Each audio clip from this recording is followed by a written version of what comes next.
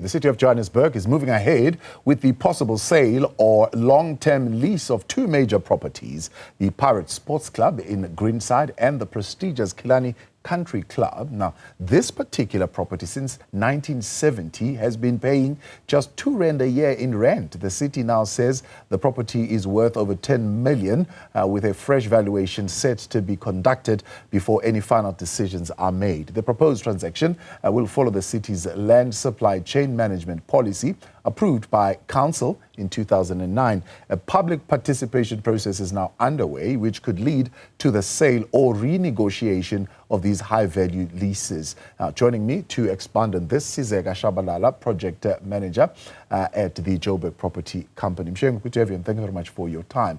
I mean, is this real? R2 a year since 1970? How did this deal come about?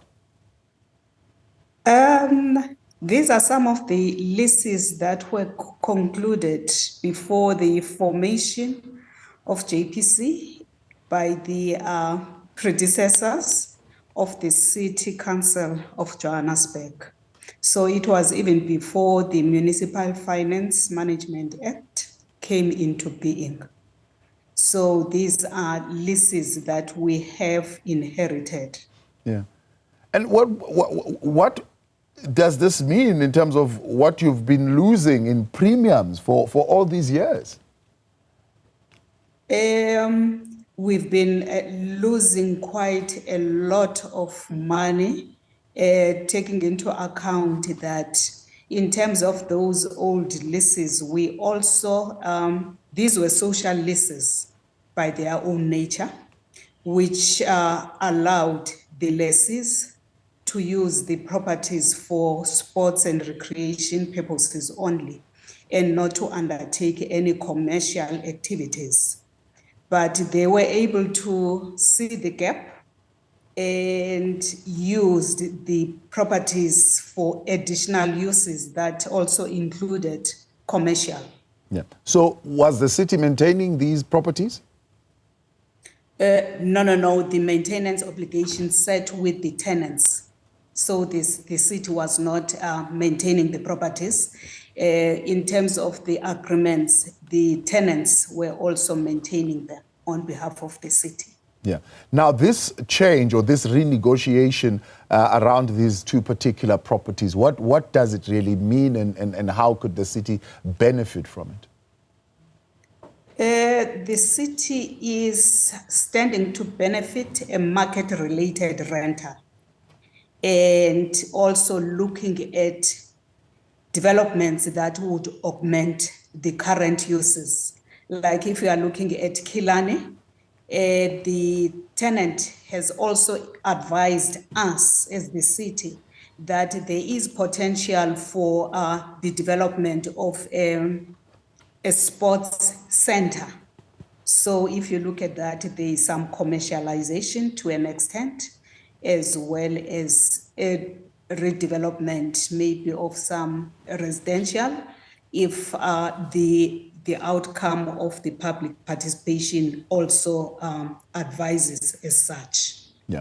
And is the tenant at this point amenable to renegotiating the terms of the lease? Yes, they are. Remember, on Killarney, the lease agreement itself was cancelled because of a breach in one of the clauses of the agreement, but that matter is before the courts, so it's not something that I can dwell much on, other than to say that we are negotiating on an ongoing basis.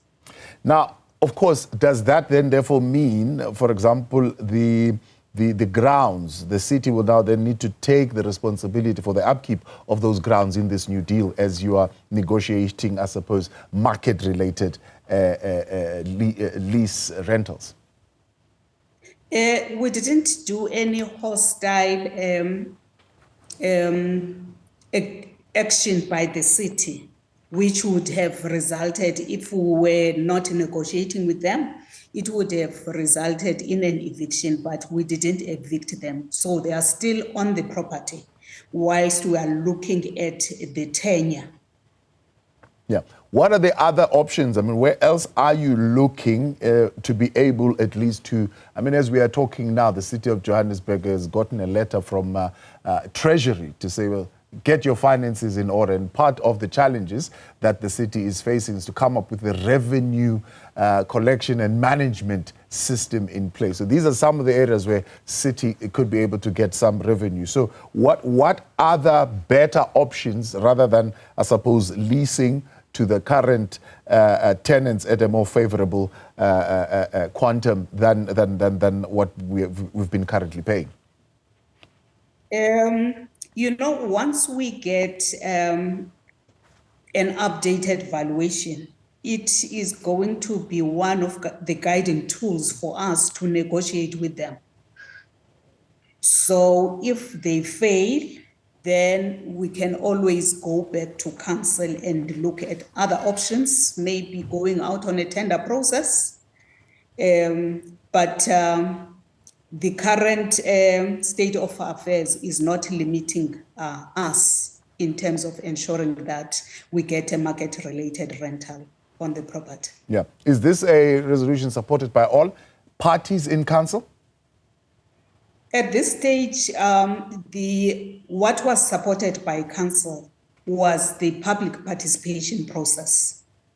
So once we have done that process, it's only then that we can ask council now for the entering into a lease agreement that is also going to capture the market-related rental of the property.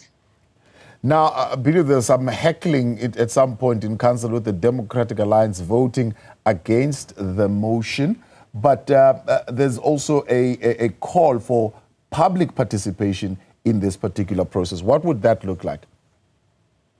The public participation was approved by council last week, I think either Thursday or on Friday. So it gives us as JPC the opportunity to engage with the communities and any other person who would be a stakeholder or affected or with interest in the property. So the public participation is also going to advise of supplementary uses of the property.